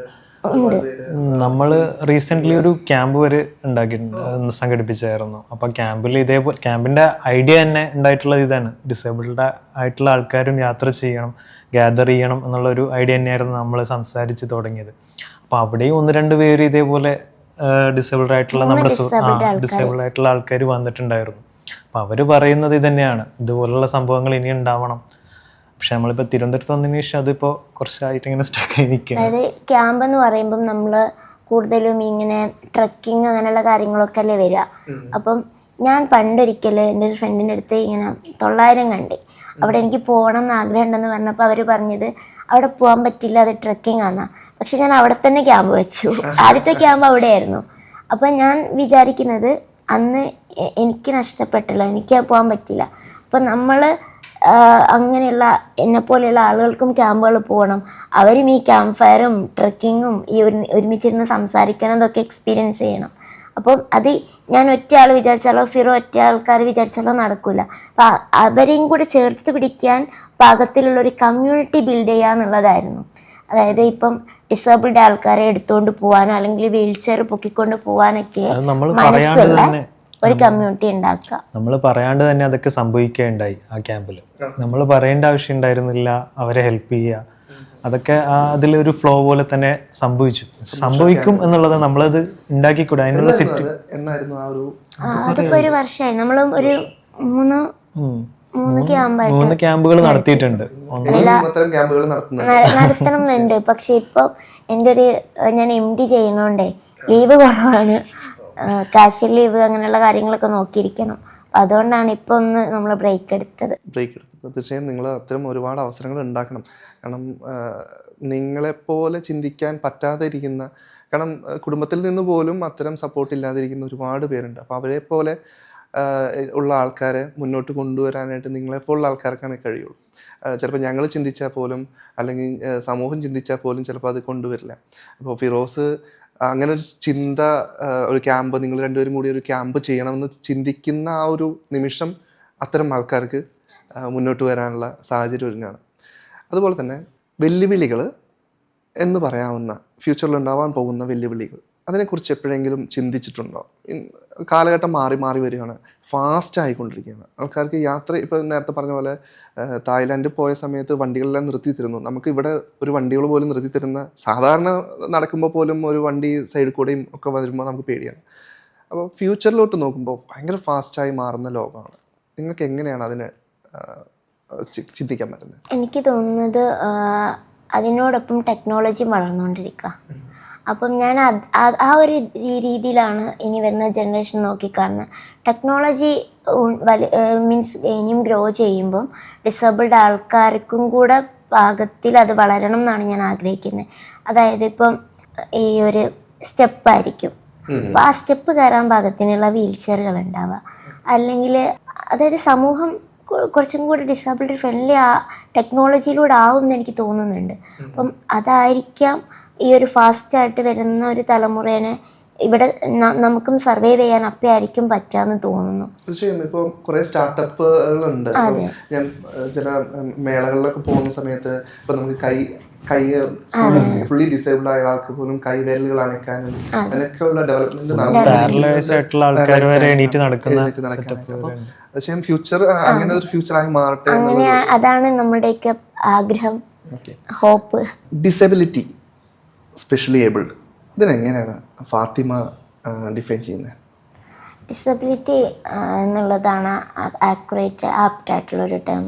കാരണം അതിന് കഴിവില്ലായ്മ എന്നുള്ള സാധനമല്ല ഡിസബിലിറ്റി എന്നുള്ള വാക്കുകൊണ്ട് അതിൻ്റെ മീനിങ്ങേ അങ്ങനെയല്ല.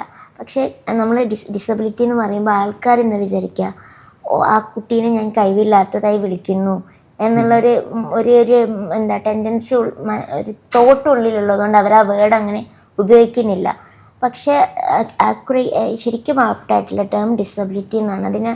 നമ്മൾ ഇതിനെ ഒട്ടും റൊമാൻറ്റിസൈസ് ചെയ്യേ വേണ്ട. അത് അങ്ങനെ ഞങ്ങൾ ആരും ആഗ്രഹിക്കുന്നില്ല. പിന്നെ സ്പെഷ്യലി ഏബിൾഡ് എന്ന് പറയുമ്പം എനിക്കങ്ങനെ സ്പെഷ്യൽ എബിലിറ്റി അതെല്ലാവർക്കും ഉണ്ട്. ഇപ്പൊ എഴുതുന്ന എത്ര പേരുണ്ട്, സംസാരിക്കുന്ന എത്ര പേരുണ്ട്, അപ്പൊ അവരൊക്കെ സ്പെഷ്യലി ഏബിൾഡ് ആണ്. അപ്പം ഒരു സ്പെഷ്യലായിട്ട് അങ്ങനെ കാണണ്ട, ഞങ്ങൾ നിങ്ങളെപ്പോലെയാണെന്ന് കാണുമ്പോഴാണ് അവിടെ ഇക്വാലിറ്റി ആണ് വേണ്ടേ. ഈക്വൽ ആയിട്ട് ജീവിക്കാനുള്ള സ്പേസ് ആണ് ഞങ്ങൾ ചോദിക്കുന്നത്, അത്രയാണ് വേണ്ടത്. ഓക്കെ, ഈ ഒരുപാട് സോളോ റൈഡ് ചെയ്തിട്ടില്ലേ ഫിറോസ്? അപ്പം ഈ സോളോ റൈഡിൽ മാറി ഇപ്പം രണ്ടുപേരും കൂടി യാത്ര ചെയ്യുന്നത്. അപ്പോൾ ഈ സോളോ റൈഡിനെ കുറിച്ചിട്ട് പറയുമ്പോൾ ഈ ടൂറിസം മേഖല വന്നപ്പോൾ കേരളത്തിൽ നിന്ന് പുറത്ത് പോയിട്ടുണ്ടോ ഇങ്ങനെ സോളോ റൈഡിൽ? കേരളം മാത്രമേ തന്നെ. കേരളത്തിലാണ് ഞാൻ സൈക്കിളിലൂടെ സഞ്ചരിച്ചത്. സൈക്കിളിൽ solo ride, Trivandrum to Kasaragod. ആ അനുഭവം എങ്ങനെയായിരുന്നു? അതിന്റെ അത് ഭയങ്കര രസമുള്ളൊരു അനുഭവം. വിവാഹം കഴിച്ചിട്ടില്ല? ഇല്ല, അത് കുറെ വർഷങ്ങൾക്ക് മുന്നെയാണ്. അതെന്ന് പറയുമ്പോൾ നമ്മൾ ഇതേപോലെ നമ്മുടെ മുന്നിലൊരു എന്താ പറയാ, ഒരു ഇര തൂക്കിയിട്ടിട്ട് നമ്മളെ കടിപ്പിക്കുക എന്ന് പറയുന്ന ഒരു സംഭവം ഉണ്ടല്ലോ. അപ്പോൾ അത് എന്തായിരിക്കും, ഇതിന്റെ റിസൾട്ട് എന്തായിരിക്കും, നമ്മളിപ്പോൾ അവിടെ പോയിട്ട് എന്തായിരിക്കും, എൻ്റെ സുഹൃത്തുക്കളെ കാണുമ്പോൾ എന്തായിരിക്കും എന്നുള്ളൊരു ഐഡിയ ആണ് നമ്മളെ മുന്നോട്ട് നയിക്കുന്നത് എന്നുള്ളൊരു തോട്ടാണ്. ഈ സൈക്കിളിൽ പോകുമ്പോൾ നമ്മൾക്ക് ക്ഷീണം ഉണ്ടാവില്ല. എനിക്ക് തോന്നുന്നു ഞാൻ വെള്ളം മാത്രമേ കുടിക്കും, വെള്ളവും ഈ കരിക്ക് അങ്ങനത്തെ ജ്യൂസ് മാത്രമേ റൈഡിൽ യൂസ് ചെയ്യുള്ളൂ. രാത്രി വീടുകളിൽ എത്തുമ്പോഴേ, സുഹൃത്തുക്കളുടെ വീട്ടിൽ എത്തുമ്പോഴേ എന്തെങ്കിലും കഴിക്കണ്ടാവുള്ളൂ. പിന്നെ ഏറ്റവും വലിയ സങ്കടം എന്ന് വെച്ചാൽ ഈ റോഡുകളിൽ പല കാഴ്ചകളും കാണേണ്ടി വരും. ഇപ്പോൾ ചിലപ്പോൾ പാമ്പുകൾ ചത്ത് കിടക്കുന്ന കണ്ടിട്ടുണ്ട്, പല മൃഗങ്ങളും പല ചെറിയ അതൊക്കെ കണ്ടിട്ടുണ്ട്. അപ്പോൾ നമ്മൾ സൈക്കിളിൽ കൂടെ പോകുമ്പോൾ കൂടുതൽ കാണാൻ പറ്റും, കൂടുതൽ വൈഡായിട്ട് കാണാൻ പറ്റും എന്നുള്ളതാണ് ഞാൻ മനസ്സിലാക്കിയത്. ഫാസ്റ്റായി പോവാതെ പല കാഴ്ചകളും നമുക്ക് ആസ്വദിക്കാം, പലരോട് സംസാരിക്കാൻ പറ്റും, പലയിടത്ത് ഇരുന്നിട്ട് കുറെ അനുഭവങ്ങൾ ഉണ്ടാവും. അപ്പൊ ഞാൻ എപ്പോഴും ഇവളോട് പറയും, കാറിലോ എവിടെയെങ്കിലും ഞങ്ങൾ യാത്ര പോകുമ്പോൾ പറയും ഞാൻ ഇതിലൂടെ സൈക്കിളിൽ പോയിട്ടുണ്ട്. അപ്പൊ ഇവര് പറയും തള്ളാണ്. പക്ഷെ ഞാൻ ശരിക്കും അതിലൂടെ പോയിട്ട് ഞാൻ പറഞ്ഞടാ നീ പോയത് എനിക്കറിയാടാ, ഞാൻ അവിടെ അന്ന് അവിടെ ഇരുന്നില്ലേ, അങ്ങനെ ഞാൻ അങ്ങോട്ട് ചോദിക്കും. കാരണം ഞാൻ എന്റെ ലൈഫിൽ ആദ്യമായിട്ടാണ് അങ്ങനെ ഒരു യാത്ര പോകുന്നത്. അന്ന് ഫോണ് പോലും ഇല്ല, അന്ന് ചെറിയൊരു മറ്റേ ജിയോയുടെ ചെറിയ ഫോണേ ഉണ്ടായിരുന്നുള്ളൂ. ഈ നോക്കിയാണ് പോകുന്നത് ഡയറക്ഷൻ. പിന്നെ അവിടെ എത്തിയിട്ട് അവിടെയുള്ള സുഹൃത്തിന്റെ ഫോണിൽ ഫേസ്ബുക്കിൽ കയറിയിട്ട് അന്നത്തെ എന്തൊക്കെ സംഭവിച്ചു എന്നുള്ളത് എഴുതിയിടുന്നത് സുഹൃത്തിന്റെ ഫോണിൽ നിന്നായിരിക്കും. അതൊക്കെ ഒരു ഓർമ്മയാണ്, അതിപ്പോഴും ഉണ്ട്, ഫേസ്ബുക്കിലൊക്കെ ഉണ്ട്. നമ്മള് ഒരു ഫാത്തിമയുടെ കാഴ്ചപ്പാട്, അതായത് ന്യൂ ജെൻ എന്ന് പറയുന്നതും ഓൾഡ് ജനറേഷൻ എന്ന് വെച്ചാൽ ഞാൻ പറയുന്നത് ഒരു കുട്ടിക്കാലത്തുള്ള ആ ജനറേഷനും ഇപ്പോഴത്തെ ജനറേഷനും സ്പെഷ്യലി ഏബിൾഡ് ആയിട്ടുള്ള അല്ലെങ്കിൽ ഡിസേബിൾഡ് ആയിട്ടുള്ള ആൾക്കാരോടുള്ള മനോഭാവങ്ങൾ എങ്ങനെയാണ് മാറിയിട്ടുള്ളത് പഴയ ആൾക്കാരെന്ന് പുതിയ ആൾക്കാരിലോട്ട് വന്നപ്പോൾ? പഴയ ആൾക്കാർ കുറച്ചും കൂടെ നമ്മളുടെ ഡിസബിലിറ്റിനെ ഫോക്കസ് ചെയ്തിട്ട് അങ്ങനെ കണ്ടവരുണ്ടായിരുന്നു. പക്ഷെ ഇപ്പോഴത്തെ കുട്ടികൾ അങ്ങനെ കാണാൻ അവർക്ക് സമയമില്ല. അവരവരുടേതായിട്ടുള്ള ലോകങ്ങളിൽ ബിസിയാണ്. ചില സമയത്തൊക്കെ ഞാൻ പോകുമ്പം കുട്ടികളൊന്നും അങ്ങനെ എന്നോട് അയ്യോ എന്താ പറ്റിയെന്നൊന്നും കുട്ടികളായിട്ട് അങ്ങനെ ചോദിച്ചിട്ടൊന്നുമില്ല. പക്ഷെ പഴയ ഒരു തലമുറയിലുള്ള ആൾക്കാർ അങ്ങനെ ചോദിക്കുന്നുണ്ട്. കാരണം അവർക്ക് എക്സ്പോഷർ കുറവായിരുന്നു, അവർക്ക് എങ്ങനെ ഇതിനെ കാണണം എന്നുള്ള അറിവൊന്നും ഉണ്ടായിരുന്നില്ല, അതുകൊണ്ടാണ്. പക്ഷെ ഇപ്പോഴത്തെ കുട്ടികൾ ഇങ്ങനെ ഫോണിൽ തന്നെ ഒരുപാട് കാര്യങ്ങൾ കാണുന്നു, കേൾക്കുന്നു. അപ്പോൾ അവർക്ക് മനുഷ്യരെ കൂടുതൽ അറിയാനും അവരോട് ഇടപഴകാനും അറിയാം. ഏതാണ് നല്ലത്? കാരണം പഴയ തലമുറ ഭയങ്കര കെയറിങ് ആയിരുന്നു എന്ന് തോന്നിയിട്ടുണ്ടോ?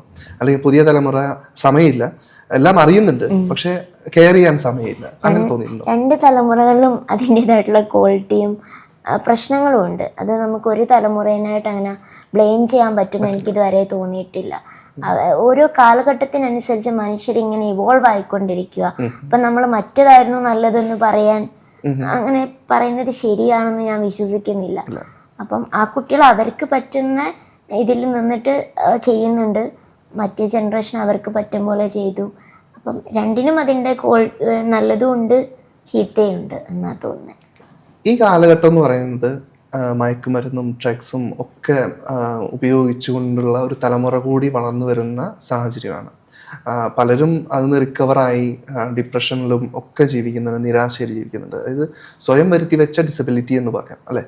അപ്പോൾ അവർക്കൊക്കെ കൊടുക്കാൻ പറ്റുന്ന ഒരു മെസ്സേജ് എന്താണ്? ഒരു ഏറ്റവും പോസിറ്റീവായിട്ട് വളരെ ചുരുങ്ങിയ വാക്കുകളിൽ ഇന്നതാണ് എന്ന് ഡിഫൈൻ ചെയ്യാൻ പറ്റുന്ന ഒരു മെസ്സേജ്. ജീവിതം ഒന്നേ ഉള്ളൂ, അപ്പോൾ അത് സന്തോഷമായിട്ട് ഹെൽത്തി ആയിട്ട് ജീവിക്കുക എന്നുള്ളതാണ്. അപ്പം പ്രൊഡക്റ്റീവായിട്ട് നമുക്കും സൊസൈറ്റിക്കും ക്രിയേറ്റീവായിട്ട് നമുക്കും സൊസൈറ്റിക്കും യൂസ്ഫുൾ ആവുന്ന തരത്തിൽ ജീവിക്കാൻ ശ്രമിക്കാന്നേ ഉള്ളൂ. ഉപദേശിക്കാനൊന്നും നമ്മളാളില്ലല്ലോ. സ്വയം തിരഞ്ഞെടുക്കുക, പോസിറ്റീവായിട്ടുള്ള ഒരു വേ നമ്മൾ തിരഞ്ഞെടുക്കുക, നമ്മൾ എന്താവണമെന്ന് ചിന്തിക്കുക, പ്രവർത്തിക്കുക അല്ലേ? ഓക്കെ. നിങ്ങൾക്ക് ഏറ്റവും കൂടുതൽ ഇഷ്ടപ്പെട്ട മൂവി രണ്ടുപേർക്കും? രണ്ടുപേരും ഒരുമിച്ച് ഒരു ഉത്തരം പറയണോ? ഒരു ഉത്തരം പറയണം. അങ്ങനെ പിന്നെ കടലും നിലാവുമാണ് എന്റെ ഫേവറേറ്റ്. ഞാൻ പറയാം, അത് രണ്ടുപേർക്കും രണ്ട് അഭിപ്രായമുള്ളതാണോ സിനിമ കാണുമ്പോ? ആ സിനിമയിൽ അഭിപ്രായം വന്നൂടെ? എന്ത് അപ്പൊ രണ്ടുപേർക്ക് രണ്ട് അഭിപ്രായം. ഇഷ്ടമുള്ള സിനിമ, എനിക്ക് ഇഷ്ടമുള്ള ഒരേ ഒരു സിനിമ തോന്നുന്നു ഇൻടു ദ വൈൽഡ് ഇഷ്ടമാണ്. അത് രണ്ടുപേർക്കും ഒരേപോലെ ഇഷ്ടമുള്ളത്. ഇൻടു ദ വൈൽഡ് അത് ഇഷ്ടമാണ് രണ്ടുപേർക്ക് ഇഷ്ടപ്പെട്ടു. പക്ഷെ എനിക്ക് താരെ സമീൻ പർ അതിനേക്കാൾ ഇഷ്ടപ്പെട്ട ഒരു സിനിമ കൂടിയാണ്. ആളൊരു അമേരിക്കൻ ഫാനാണ്. അങ്ങനെ അല്ല, എന്നാലും ആ സിനിമ എന്നെ ഭയങ്കര ബാധിച്ചിട്ടുള്ള സിനിമയാണ്. ഒരു ആർട്ടിസ്റ്റ് എന്നുള്ള രീതിയിൽ ഏറ്റവും കൂടുതൽ ഇഷ്ടപ്പെട്ട ഒരു സിനിമ എന്ന് പറയാൻ പറ്റുമോ? അയ്യോ, അങ്ങനെയൊക്കെ ചോദിച്ചാ സിനിമയെ ജീവിതം. എപ്പോഴും ഇങ്ങനെ എന്തെങ്കിലും സിനിമകൾ കണ്ടോണ്ടിരിക്കുന്ന, സീരീസ് കണ്ടോണ്ടിരിക്കുന്ന ഒരാളാ. അതിങ്ങനെ എന്നോട് ഞാൻ ചോദിക്കും ഫിറൂൻ വല്ലതും വരച്ചൂടെ നോക്കിയപ്പോൾ പറയും ഇല്ല, ഞാൻ സിനിമ എടുക്കുന്നത് പ്ലാൻ ചെയ്യാൻ വേണ്ടിയിട്ട് ഇപ്പൊ സിനിമ കാണാം. ഫുൾ ടൈം ഫിറു ഫോണിലാണല്ലോ എന്നൊക്കെ പറയും. ആ സമയം ശരിക്കും പറഞ്ഞാൽ നമ്മുടെ ക്രിയേറ്റിവിറ്റി ബാധിക്കുന്നുണ്ടോ? നമ്മൾ മൊബൈൽ ഉപയോഗിക്കുന്ന സമയം എനിക്ക് തോന്നുന്നു, ഞാൻ അപ്പോഴും ഈ പറയണ പോലെ തന്നെയാണ്. ശരിക്കും പറഞ്ഞതാണ്, അത് പ്രൊഡക്റ്റീവായിട്ട് നമ്മൾ ചിന്തിച്ചുകൊണ്ടിരിക്കുകയായിരിക്കും ബാക്കിൽ, ഇങ്ങനെ ചെയ്യാലോ, ഇത് ഈ സിനിമ കാണുമ്പോൾ ഓ ഇതിൽ ഇങ്ങനെ ചെയ്തിട്ടുണ്ടല്ലോ എന്നുള്ളതൊക്കെ നമ്മൾ ആലോചിച്ചുകൊണ്ടിരിക്കുന്നു. പക്ഷെ നമ്മളെപ്പോൾ ചെയ്യുന്നുള്ളത് ഒരു ചോദ്യം തന്നെയാണ് അവിടെ. എപ്പോഴും തോന്നിയിട്ടുണ്ടോ ഞാനൊരു കാര്യം ചെയ്യാൻ വേണ്ടിയിട്ട് ഈ മൊബൈൽ എടുത്തു പക്ഷെ അത് മറന്നുപോയി, പിന്നീട് അയ്യോ ഇതിന് വേണ്ടിയിട്ടാണ്, അങ്ങനെ തോന്നിയിട്ടുണ്ടോ? ഉറപ്പായിട്ട് ഒരുപാട് തവണ തോന്നിയിട്ടുണ്ട്. പിന്നെ ഞാൻ അങ്ങനെ അങ്ങോട്ട് സ്ക്രീൻ എനിക്ക് ഒരുപാട് ഞാൻ ഫോൺ ഉപയോഗിക്കില്ല. ആളെ വെച്ച് നോക്കുമ്പോൾ ഞാൻ ഇച്ചിരി കുറവാ. കാരണം ഞാൻ സംസാരിക്കാനും ഒക്കെ ഇഷ്ടമുള്ള ഒരാളാ, പിന്നെ ഉറങ്ങാനും ഇഷ്ടമാണ്. അപ്പം അതിൻ്റെ ഇടയിൽ എനിക്ക് ഈ ഫോണ് ആരെങ്കിലും വിളിച്ചാലും ഫോൺ എടുക്കില്ല, അപ്പൊ ഭയങ്കര പ്രശ്നമാണ്. ഓക്കെ. ഇപ്പം ഒരു എഴുത്തുകാരി എന്നുള്ള നിലയിൽ ഇഷ്ടപ്പെട്ട എഴുത്തുകാരൻ അല്ലെങ്കിൽ ഏതെങ്കിലും പുസ്തകങ്ങൾ, എഴുത്തുകാരി, അങ്ങനെ എന്തെങ്കിലുമൊക്കെ ഇൻഫ്ലുവൻസ് ചെയ്തിട്ടുള്ള ഇത്തരം ഒരു മുന്നേറ്റം അല്ലെങ്കിൽ ഇത്തരം ഒരു നവോത്ഥാനം എന്നൊക്കെ പറയാൻ പറ്റുന്ന രീതിയിൽ? അതിപ്പം എല്ലാവരും പറയുന്ന പോലെ മാധവിക്കുട്ടിയുടെ വലിയൊരു ഫാനാണ് ഞാൻ. കുഞ്ഞാപ്പം തൊട്ടേ, അതായത് ചെറുപ്പം തൊട്ടേ അവരെ വായിക്കാറുണ്ട്. ഇങ്ങനെ തെരഞ്ഞു പിടിച്ച് നമ്മൾ വായിക്കൂലേ, അങ്ങനെ വായിക്കുന്ന ഒരാളാണ്. ഇപ്പൊ പറയുമ്പം ഭയങ്കരമായിട്ട് റൊമാൻറ്റിസൈസ് ചെയ്തിട്ടുണ്ട് അവർ പല പ്രണയങ്ങളൊക്കെ. അത്രയും റൊമാൻറ്റിസൈസ് ചെയ്യണോ പ്രണയം എന്നൊന്നും എനിക്കറിയാൻ പാടില്ല. പക്ഷെ അവരുടെ ഒരു എഴുത്ത് രീതിയൊക്കെ ഒത്തിരി ഇഷ്ടമാണ്. ഞാൻ ഈ ഇടയ്ക്ക് ഫിറോനോട് പറഞ്ഞു, എടാ മാധവിക്കുട്ടി മരിച്ചില്ലായിരുന്നെങ്കിൽ നമുക്ക് പോയിട്ട് കാണാമായിരുന്നല്ലേന്ന്. ഞങ്ങൾ പിന്നെ അവിടെ പോയി. അപ്പം പുന്നയൂർക്കുളവും ആ നിർമ്മാതകളൊക്കെ കാണാൻ പോയിട്ടുണ്ടായി. അപ്പോൾ അത്രയും എനിക്കിഷ്ടമാണ് അവരുടെ ഒരു എഴുത്ത്. സ്ത്രീകളോട് കൂടുതലൊരു സ്നേഹമുള്ളത് കൊണ്ട് എനിക്ക് തോന്നുന്നു അങ്ങനെയുള്ള എഴുത്തുകാരെ ഇപ്പം മീരനെ ഇഷ്ടമാണ്. പിന്നെ ബഷീറിനെ ഇഷ്ടമാണ് കേട്ടോ, അല്ലാന്നല്ല, എല്ലാരെയും ഇഷ്ടമാണ്, എല്ലാം വായിക്കും. എഴുത്തുകളിൽ സ്വാധീനിച്ചിട്ടുള്ള മാധവിക്കുട്ടി തന്നെ. ഈ കടല് കാണാത്ത പെണ്ണുങ്ങൾ എന്ന് പറയുമ്പോൾ എന്തോ ഒരു എന്തോ തോന്നുന്നു നമുക്ക്, എന്തോ ഒരു അവർക്കൊക്കെ നഷ്ടപ്പെട്ടു പോയ ഒരു അങ്ങനെ ഒരു ഫീലുണ്ട്. എങ്ങനെയാണ് ആ ഒരു ടൈറ്റിലോട്ട് എത്തിയത്? എന്നൊരു കവിതയിൽ എഴുതിയത് ആ ഒരു സബ്ജക്റ്റായിരുന്നു, കടല് കാണാത്തൊരു പെണ്ണുങ്ങൾ. അപ്പം ഞാൻ വിചാരിക്കുന്നത് ഇങ്ങനെ കടലെന്ന് പറയുന്നത് ഒരു സിമ്പൽ മാത്രമാണ്. ഇങ്ങനെ ഒരുപാട് കാര്യങ്ങൾ കാണാതെ എക്സ്പീരിയൻസ് ചെയ്യാതെ ജീവിക്കുന്ന ഒരുപാട് സ്ത്രീകളുണ്ടല്ലോ. അപ്പോൾ അവരെ റെപ്രസെൻ്റ് ചെയ്യാൻ വേണ്ടി ആണ് കൂടുതലും ഞാൻ എഴുതിയിട്ടുള്ളത്. അപ്പം എനിക്ക് അത് ഭയങ്കര ലോസായിട്ട് തോന്നും. കടല് കാണാതെ എങ്ങനെയാ, അങ്ങനെയുള്ളവരുണ്ട്, ഇല്ലാന്ന് നമുക്ക് തോന്നുന്നതാ. നമ്മളെല്ലാം കണ്ടതുകൊണ്ട് നമുക്ക് വിചാരിക്കും, ഓ ഇതിപ്പോൾ കടല് കാണാത്ത പെണ്ണുങ്ങളുണ്ടോ. പക്ഷെ ഞാൻ ഈ അടുത്ത് ഇൻസ്റ്റഗ്രാമിൽ ഒരു വീഡിയോ കണ്ടു, ഒരു അമ്മൂമ്മ അവരുടെ എത്രയോ പ്രായത്തിൽ 80-ാമത്തെ 8-ാം വയസ്സിൽ ആദ്യമായി കടല് കാണുന്നത്. അപ്പം അത് കാണാതെ മരിച്ചുപോയ സ്ത്രീകളും പുരുഷന്മാരും ഉണ്ട് കേട്ടോ. അപ്പം അതെനിക്ക് ഭയങ്കര ഒരു ലോസായിട്ട് ഫീൽ ചെയ്തു. കാരണം എനിക്കങ്ങനെ മരിച്ചു പോകുന്ന എനിക്ക് ചിന്തിക്കാൻ പറ്റുന്നില്ല. എനിക്കത്, കാരണം കടലെന്ന് പറയുന്ന അത്രയും ഒരു ബ്യൂട്ടിഫുൾ ആയിട്ടുള്ള അത്ഭുതമല്ലേ. അപ്പം അതുപോലും എന്നുള്ള സാധനമാണ്. ലക്ഷദ്വീപിൽ പോയിട്ടില്ലേ? എങ്ങനെയാണ് അവിടുത്തെ ഭാഷയും ഇതൊക്കെ ആയിട്ട് എങ്ങനെയാണ് സംസാരിക്കില്ലേ ഫിറോസ്? ലക്ഷദ്വീപ് ഭാഷയുടെ ഇപ്പോഴത്തെ ഒരു ഇത് വേണം, ഇപ്പൊ സംസാരിക്കുമ്പോൾ അതില്ല. അതെങ്ങനെയാ ഫാത്തിമയ്ക്ക് എങ്ങനെയാണ് തോന്നിയിട്ടുള്ളത്? ഫിറോ അവരെ ഒരുമിച്ചിരിക്കുമ്പോൾ ജസരി, ലിപി ഇല്ലാത്തൊരു ഭാഷയാണ്, ജസരിയാണ് അവരുടെ. അനാർക്കലിയിലൊക്കെ ഉപയോഗിച്ചു. അനാർക്കലിയിൽ അതിൽ കുറച്ച് മലയാളം കലർത്തിയാണ് അനാർക്കലിയിൽ യൂസ് ചെയ്തിട്ടുള്ളത്. അപ്പോൾ എനിക്കത് മനസ്സിലാവും, പക്ഷെ പറയാൻ വലിയതായിട്ട് അറിയില്ല, കാരണം ഫിറോ എന്നോട് അത് സംസാരിക്കാത്തതുകൊണ്ട്. പിന്നെ അവിടെ പോകുമ്പം അവിടുത്തെ പ്രായമുള്ള ഉമ്മമാരൊന്നും സംസാരിക്കുന്ന ജസരി നമുക്ക് ഒട്ടും മനസ്സിലാവില്ല. ഞാൻ ഇങ്ങനെ വിചാരിക്കും, പഠിച്ചവന് എന്താ ഇവരിപ്പോൾ പറയണേ. എന്നോട് വലിയ കാര്യമായിട്ടൊക്കെ ഫിറോൻ്റെ ഉമ്മാമയൊക്കെ സംസാരിക്കും. എനിക്കത് ക്യാച്ച് ചെയ്യാൻ ഇച്ചിരി പാടാണ്, പക്ഷെ ഞാൻ ശ്രമിക്കുന്നുണ്ട്. അവിടുത്തെ ജീവിതം ഇപ്പോൾ ഈ പറഞ്ഞ പോലെ കടല് കാണാത്ത പെണ്ണുങ്ങൾ എന്ന് പറയുന്ന പോലെ അവിടുത്തെ ഒരു ജീവിതം എപ്പോഴെങ്കിലും ഒരു എഴുത്തായി കൊണ്ടുവരണം എന്ന് തോന്നിയിട്ടുണ്ടോ? മീൻ സ്ത്രീകളുടെ ഉണ്ട്. എനിക്ക് ലക്ഷദ്വീപിനെ കുറിച്ചൊരു അത് എന്താണ് ഇൻക്ലൂഡ് ചെയ്തിട്ടൊരു നോവൽ എഴുതണം എന്നൊക്കെ ആഗ്രഹമുണ്ട്. പിന്നെ ഞാൻ ഇടയ്ക്ക് ഫിറോനോട് ഇങ്ങനെ പറയും, എടാ എൻ്റെ മനസ്സിൽ ആ ഒരു ത്രെഡ് ഉണ്ട്, ഞാൻ എഴുതിക്കോട്ടെ. ഫിറോ എഴുതാൻ പറയും, പക്ഷെ ഞാൻ കുറച്ച് കഴിയുമ്പോൾ മറന്നു. ഓക്കെ, എല്ലാം ഫിറോസിന്റെ ഇതിലാണല്ലേ, ഫിറോസിന്റെ തലയിലാണ് എല്ലാം ഇരിക്കുന്നത്. എന്തെങ്കിലും വിട്ടുപോയാൽ എല്ലാം ഇങ്ങനെ ഞാൻ എല്ലാം ഷെയർ ചെയ്യും. കണ്ണ് എഴുതിയിട്ട് തന്നെ ചോദിക്കും, ഇതെങ്ങനെയുണ്ട്, ഇത് നോക്കുന്നില്ലേ, കാണുന്നില്ലേ, എന്തിട്ടിട്ട് ഡ്രസ് ഇട്ടിട്ട് ഇത് കൊള്ളാവോ, എല്ലാറ്റിനും എന്റെ അഭിപ്രായമാണ്. ഫിറോ അങ്ങനെ തന്നെയാ. ഇപ്പയും ചോദിച്ചു കുറച്ച് മുന്നേ, സെറ്റല്ലേ അത് പാർട്ട്ണർഷിപ്പ്, അത് എന്ന് കരുതിയിട്ട് അവൻ പറയണേ ഞാൻ കേൾക്കാൻ വേണ്ടിയിട്ടാണല്ലോ ചോദിക്കുന്നു. അതൊരു ശീലം. അതെ അതെ, തീർച്ചയായും. നിങ്ങൾ പരസ്പരം ചോദിച്ച് മനസ്സിലാക്കുമ്പോൾ ഏറ്റവും ചിലപ്പോൾ പറയില്ലേ, ചങ്ങാതി നന്നായാൽ കണ്ണാടി വേണ്ട, അതുപോലെ നിങ്ങൾക്ക് പരസ്പരം മനസ്സിലാക്കാൻ പറ്റുന്ന അത്ര പോലും ചിലപ്പോൾ കണ്ണാടിക്ക് പോലും നിങ്ങളെ മനസ്സിലാക്കാൻ പറ്റില്ല.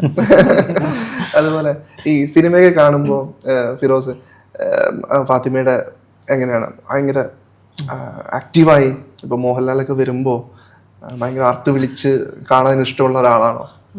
അങ്ങനെ ചോദിച്ചാൽ ആളുടെ ഫാൻസ് അവർക്ക് ഇഷ്ടപ്പെട്ട ക്യാരക്ടർ വരുമ്പോ ആള് കൂകി വിളിക്കൊക്കെ ചെയ്യും. അതിപ്പോ ഞാൻ പൊതുവെ ഇച്ചിരി എക്സ്പ്രസീവ് ആയിട്ടുള്ള ഒരു പെൺകുട്ടിയാ. സന്തോഷം വന്നാലും സിനിമയില് ഇപ്പൊ സങ്കടം വന്നാലൊക്കെ സിനിമേനെ അങ്ങനെ തന്നെയാ കാണുന്നത്. അപ്പം മോഹൻലാൽ വരുന്ന കടലും കൂടുതൽ മമ്മൂട്ടി വരും.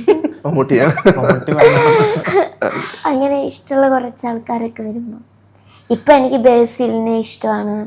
പിന്നെ ഇപ്പോഴത്തെ കുറെ ആൾക്കാരുണ്ടല്ലോ, അവരുടെയൊക്കെ സിനിമ എനിക്ക് ഇങ്ങനെ കാണാൻ എപ്പോഴും തോന്നുന്ന ആൾക്കാരുണ്ട് ഇപ്പം കുറെ. ചിലരുടെ മുഖത്ത് നോക്കിക്കഴിഞ്ഞാൽ നമുക്ക് ആ സിനിമ മുഴുവൻ മനസ്സിലാവുന്ന പറയുന്ന പോലെ ആ സിനിമ കണ്ടുകൊണ്ടിരിക്കുമ്പോ ഓക്കെ ഇനിയിപ്പോ ഒരു അടി നടക്കും അല്ലെ, എല്ലാം മുഖത്തുണ്ടാവും. എക്സ്പ്രസീവാ, എല്ലാത്തിലും എക്സ്പ്രസീവാ. ഓക്കെ, ഇതിലും വളരെ സന്തോഷം. ഞങ്ങളോടൊപ്പം കുറച്ച് സമയം ചിലവഴിച്ച് ഇത്രയും കാര്യങ്ങൾ ഷെയർ ചെയ്തതിന്. നിങ്ങൾക്ക് ഒരുപാട് യാത്ര ചെയ്യാൻ പറ്റട്ടെ, ഒരുപാട് സ്ഥലങ്ങൾ കാണാൻ പറ്റട്ടെ, ഒരുപാട് എന്താ പറയുക എക്സ്പീരിയൻസ് ചെയ്യാൻ പറ്റട്ടെ, ഞങ്ങളോടൊപ്പം ഇനിയും ഷെയർ ചെയ്യാൻ പറ്റട്ടെ. വളരെ സന്തോഷം. Thank you.